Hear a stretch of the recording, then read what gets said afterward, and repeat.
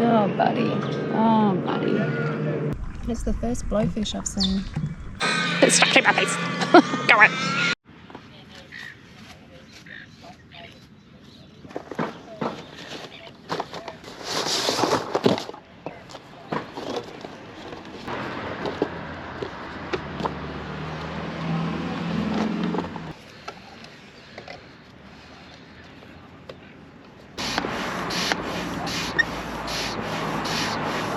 Still a bit too cold to go south, and I've just fallen in love with going on my stand-up board since Kalbarri.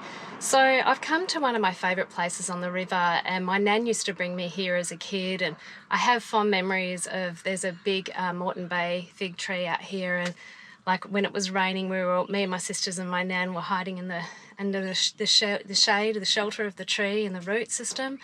Yeah, so I love it here. I sort of, grew up on this shore. And anyway, so I thought I'd come down here today to take the sup out. But I've noticed that there's dead fish all along the shoreline, and the water is a lot deeper, murkier colour. And there was actually a fish that was floundering on the surface, which it looked like it was just dying, and I don't know what's going on. I've noticed that there's also not one jellyfish, and there's usually jellyfish everywhere here, and the fish that are dying, they're not blowfish, and there's a lot of blowies here as well. So they're like little, I want to say herrings. I'm not a fish person, so I'm not entirely sure, but yeah, it's really sad. So I was a little bit debating whether I should go out there, but I'm going to be on top of the board, and I'm kind of interested to see what else is going on out there. So yeah, let's go. So normally you'd still be able to see under the water, but it's really dark. This is actually kind of eerie.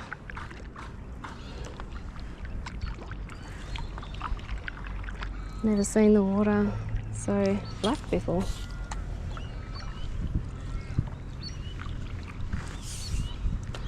I was talking to a local, and I was warning him because he had 2 dogs that were going in the water.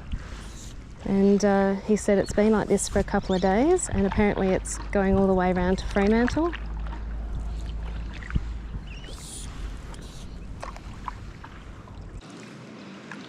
Gee, it's beautiful and calm though. Not a breath of wind.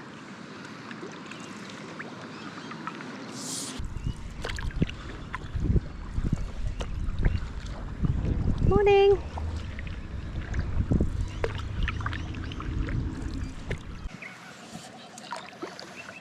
So just past the Scotch College boathouse here, there's a walkway that goes all the way along here. It's really pretty, nice and peaceful.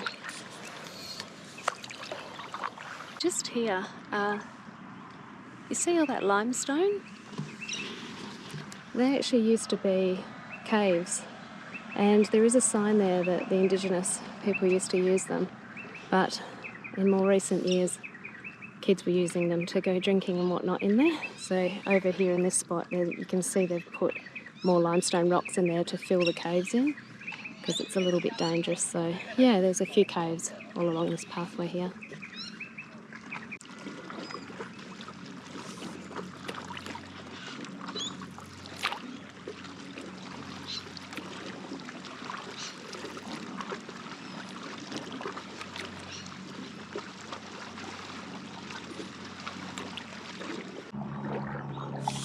So with the river like this, it's making me think of South Australia at the moment, because South Australia have had this algal bloom all along its coastline for, oh, there's a crow picking up one of those dead fish, all along its coastline for about, I don't know, maybe 6 or 8 months. And there have been not only fish, all dead fish along the shoreline, but there have also been there's even been a great white shark wash up. There have been massive stingrays wash up dead on shore. It's really horrible. People are complaining about headaches. There's obviously all that froth on shore as well. And I sort of was wondering, what causes something like that? Because, I don't know, algal bloom, in my head, I'm thinking, is that a bit to do with temperatures?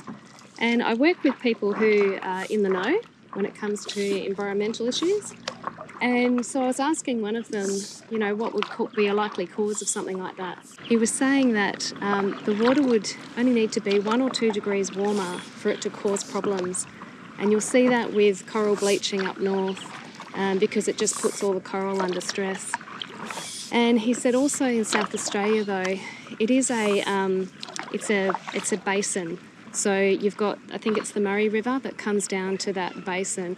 And if the ocean is not washing out all the sediment and whatnot, and then you've got the temperatures rising, it can create a bit of a prime condition for that sort of thing to happen, these algal blooms. So, oh, there's a dead fish just here who's struggling. I'll show you. It's suffocating in the water. Oh, it's horrible. Oh, buddy. It does kind of, like, you can see all the sediment in the water. So, I don't know, yeah, I really don't know, I'm not a scientist, but yeah, I'll just see if I can put the camera underneath.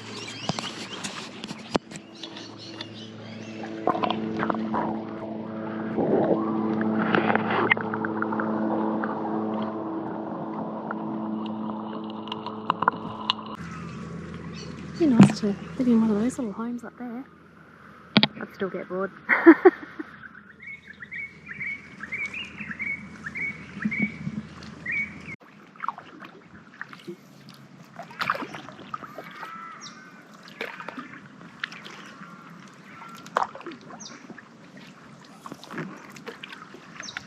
I just came to get a shot of the water reflecting off this tree, and I found a little shack.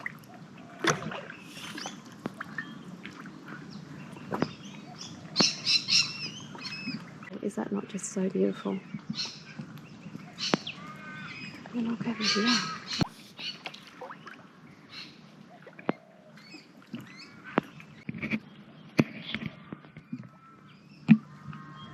How bizarre. There's bamboo growing here. What a cool little spot, oh my goodness. There must be a little pathway along there somewhere. That's so cool.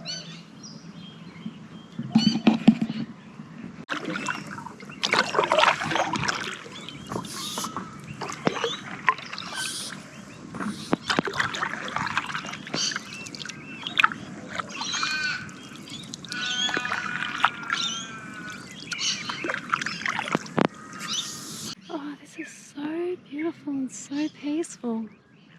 There's some little, I'm not sure, I've got to look up what these birds are called. They're black and white with a little orange beak, and they're more of like a ground bird.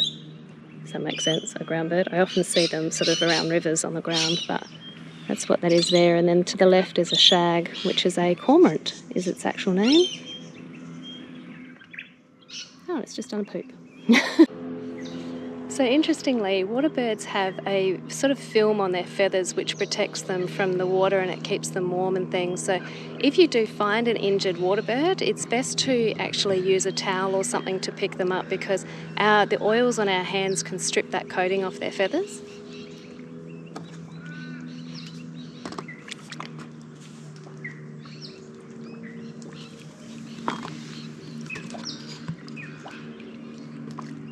Hi guys. You look very happy there, my friends. I won't come closer, I'm just coming by to say hi. You look like a little cormorant, you're quite small. Little bubby. Yeah.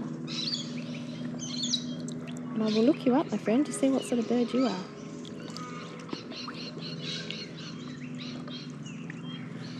And then I can tell everyone more about you. And look, they've got an orange eye as well. I wonder if that is an indicator of whether it's a male or female. Quite often that's the case with birds. I think with pink and grey galahs, one of them has a pink eye, which I think that's the female one. I'd have to look that up to double check, but yes, quite often that will happen in birds. You can tell whether it's male or female by the colour of its eye. There's another cormorant up in the tree there. I'm surprised at the amount of bamboo that's along here. It's all along there. Oh, it's getting a bit warm out here and I can't cool myself in the water just in case it's toxic.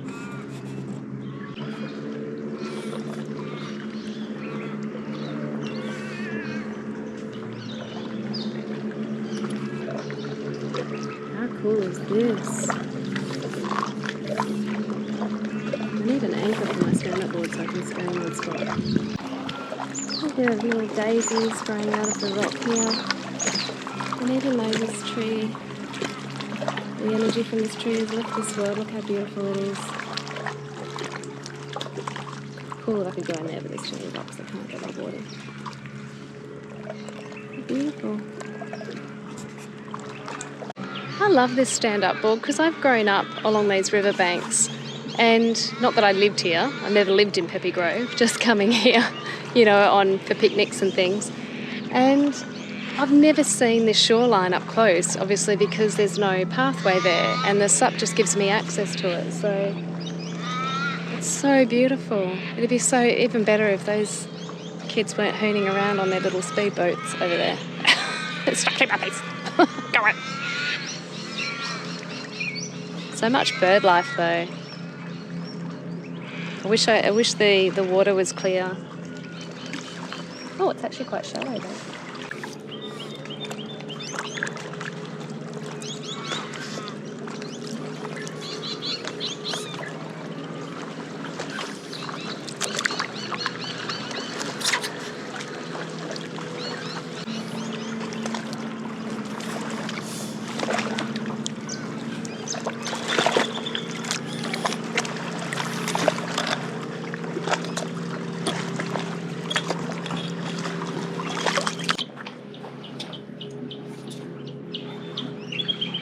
I think a mallard duck is one of those ones that has the white ring around its neck. I can't see them very often.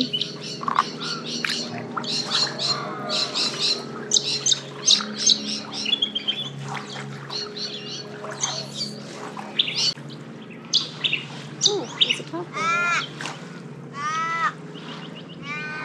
There you go. I wonder if that's private property. Hello. You're so pretty. It's alright, I won't come closer. I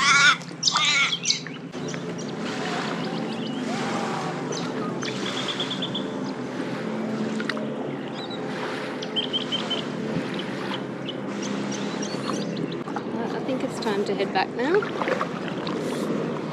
because I've reached a marina and don't really want to be around boats.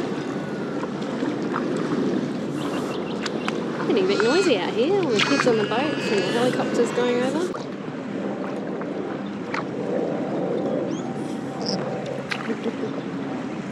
Fish struggling. Oh, buddy. Oh, buddy. I'm so sorry. I wish there was something I could do.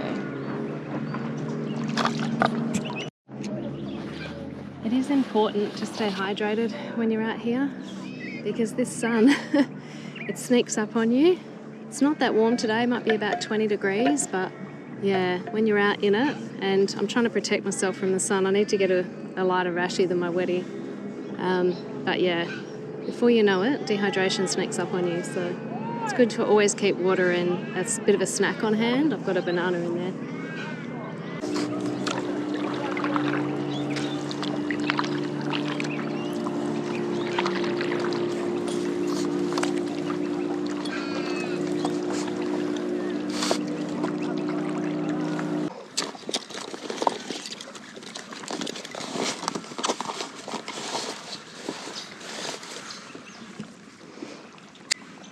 I can feel the wind now has just changed a little bit too. Obviously there's not much wind, but there's a slight breeze that's just come in that's nice and cool. So I think we want to start heading back. I don't think the wind's going to pick up a lot today, which is why I came to the river, but yeah, oh, there's something floating on the top there. Another fish maybe.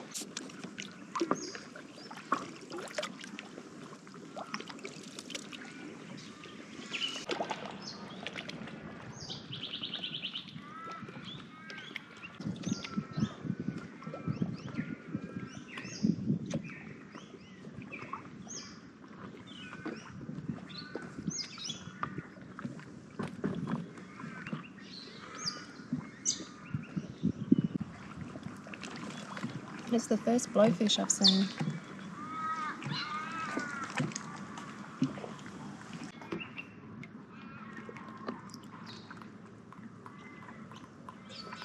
Hey, buddy.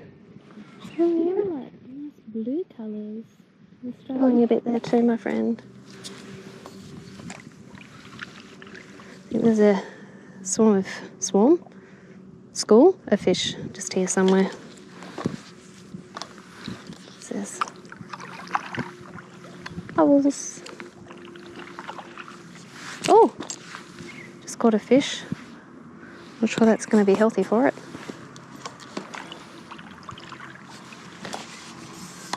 Oh, look, there's a whole school of fish here. Oh, you can't see them, they just went under. Oh, did you see that? They're all jumping. Oh, watch this. No, I thought he was going to die.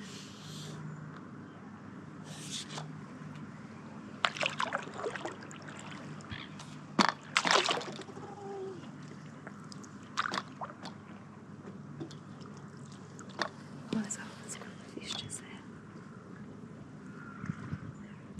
Oh, there's so many of them.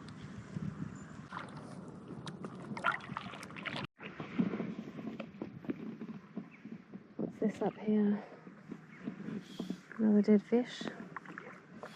The bigger one. Not sure what that is, but that's a bigger fish. I don't know if you can see under the water there all those fish, but there are massive schools of fish. I did a little bit of research when I got back to the van, and it appears that DBCA were doing water testing, but it was likely due to all the massive rainfalls we've had in Perth lately, and it's apparently a natural process where when you do get those heavy fresh water, it comes into the river and it gives all the birds and the dolphins a field day of these massive feasts of fish because the water is slightly de-oxygenated, so the smaller fish don't cope so well, whereas it doesn't really affect the larger fish and mammals. Obviously the birds are diving for the fish because there's so many. Like I've never seen schools of fish that big. Like they're so close to the surface that I can see them. Is he going to dive? You just poke on him. Oh, another one. They're everywhere.